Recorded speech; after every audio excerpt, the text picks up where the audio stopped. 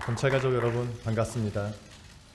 먼저 2년이 넘는 기간 동안 헌신적으로 검찰을 이끌어 오신 전임 이원석 총장님께 깊은 존경과 감사의 말씀을 드립니다. 또한 법령 제도의 급격한 변화와 검찰을 둘러싼 안팎의 여러 어려움에도 불구하고 각자 맡은 업무에 최선을 다해 주신 검찰 가족 여러분 모두에게 한없는 경의를 표합니다. 엄중한 시기에 검찰총장이라는 막중한 책임을 맡게 되어 어깨가 무겁습니다만 여러분이 있기에 여러분을 믿고 여러분과 함께 나아가고자 합니다. 검찰 가족 여러분, 그동안 검찰 구성원 모두의 노력에도 불구하고 기형적으로 변한 형사사법제도로 인해 사건 처리는 지연되고 국민 불편은 갈수록 커지고 있습니다. 내 사건이 공정하게 처리되고 있는지, 죄를 지은 사람이 그에 합당한 벌을 받고 있는지 걱정하시는 국민도 계십니다. 우리 한 명 한 명이 생각하는 문제의 해법은 조금씩 다를 수 있지만 검찰이 국민들로부터 더 신뢰받아야 한다는 것만큼은 모두가 같은 마음일 것입니다. 저는 이런 때일수록 기본으로 돌아와 국민이 검찰에 바라는 역할이 무엇인지를 살피고 또 살펴 그 역할에 충실해야 한다고 생각합니다. 국민 누구라도 법의 보호 아래 오늘 하루 불안하고 불편하지 않아야 합니다. 범죄 수사는 신속하게 한치의 빈틈없이 수행되고 어떠한 외부의 영향이나 치우침 없이 오로지 증거와 법리에 따라서만 결정되어야 합니다. 또한 공익의 대표자로서 단 한 명의 억울한 사람도 없도록 국민의 권리를 지켜야 합니다. 그것이 바로 국민이 바라는 검찰의 모습이고 우리가 만들어 나갈 검찰입니다. 이를 위해 우리 검찰은 민생 범죄로부터 국민을 지키는 데 온 힘을 다해야 할 것입니다. 우리의 평온한 삶을 위협하는 강력범죄, 지금 막지 않으면 걷잡을 수 없이 번져나갈 마약범죄, 나날이 교묘해지는 보이스피싱 범죄, 수많은 피해자를 만들어내는 다단계, 전세사기와 같은 민생범죄로부터 국민을 든든하게 지켜야 합니다. 딥페이크 영상물 범죄와 같은 디지털 성범죄, 스토킹 및 성폭력 범죄로 인해 여성들이 더 이상 불안하지 않아야 합니다. 사이버 레카의 악성, 허위 콘텐츠가 사회를 좀먹지 않도록 철저히 대응해야 합니다. 범죄자를 엄벌하는 것 못지않게 범죄 피해를 입은 분들이 일상으로 온전히 복귀하실 수 있도록 최선을 다해야 합니다. 이를 위해 우리가 할 일은 또한 국민들이 가장 바라는 검찰의 모습은 검찰 구성원 한 명 한 명이 자신이 맡은 사건을 나와 가족의 일처럼 정성을 다해주는 것입니다. 사건 관계인들이 불안한 지위에서 빨리 벗어날 수 있도록 신속히 사건을 처리하고 억울한 부분은 없는지 듣고 또 들읍시다. 저는 여러분이 업무에 매진할 수 있는 환경을 마련하기 위해 민생범죄의 최전선에 있는 일선 형사부의 인력과 조직을 대폭 강화하겠습니다. 일선의 의견을 직접 듣고 토론하여 개선 방안이 구호에 그치지 않고 실현 가능한 정책으로 다듬어져 속도감 있게 추진되도록 하겠습니다. 둘째, 검찰의 직접 수사 역량을 국가의 근간을 흔드는 중대한 부패범죄, 경제범죄에 집중시키겠습니다. 중대한 부패범죄와 경제범죄에 적시에 대처하지 못할 경우 그 파급 효과가 크기 때문에 국민 모두가 피해를 입게 됩니다.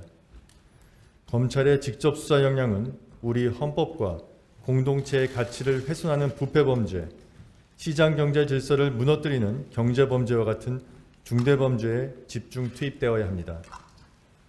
또한 유관기관과 긴밀히 협력하여 중대범죄에 대한 국가적 대응 역량을 강화하고 범죄로부터는 1원의 수익도 얻을 수 없도록 범죄 수익 환수에도 만전을 기합시다.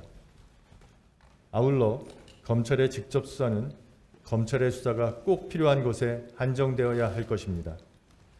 오로지 법과 원칙, 증거와 법리에 따른 공정한 수사, 신속하고 정밀하게 환부만 도려내는 수사를 통해 국민들이 검찰 수사는 믿을 수 있다라고 느끼실 수 있게 합시다. 셋째, 검찰 본연의 가치는 바로 국민의 기본권, 인권을 지키는 것에 있음을 잊어서는 안 될 것입니다. 인권보호, 국민의 기본권 보호는 검찰 업무의 시작이자 끝이며 기본 원칙입니다. 사건 관계인이 검찰청에 출석하여 귀가할 때까지 모든 절차를 국민의 입장에서 꼼꼼히 살펴봅시다. 특히 노인, 아동, 장애인, 외국인 노동자 등 사회적 약자들이 형사사법 절차에서 배려받지 못한 부분이 있었는지 제도 하나, 서식 하나, 글자 크기 하나부터 다시 점검해 봅시다.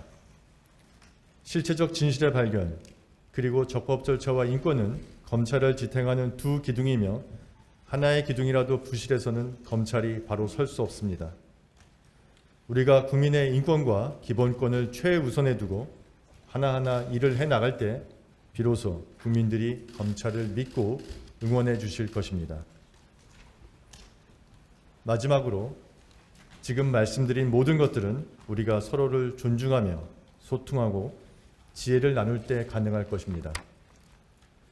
검찰의 미래는 검찰총장이, 검사장이 만들어 나가는 것이 아니라 우리 모두가 함께 만들어 나가는 것이라 믿습니다. 해결이 불가능해 보였던 문제의 해법은 우리 부서 신규 수사관님의 번뜩이는 아이디어에서 방금 민원인의 전화를 받았던 실무관님에게서 나올 수 있습니다. 서로 마음을 열고 소통하고 토론하며 국민이 원하는 검찰의 미래를 함께 만들어 나갑시다. 저부터 노력하겠습니다. 일선의 목소리에서 문제점을 찾고 여러분이 힘들어하는 부분, 개선할 부분이 어디인지 항상 경청하며 살피겠습니다. 여러분 각자의 아이디어가 해결책이 되어 검찰의 정책과 제도로 이어질 수 있도록 하겠습니다.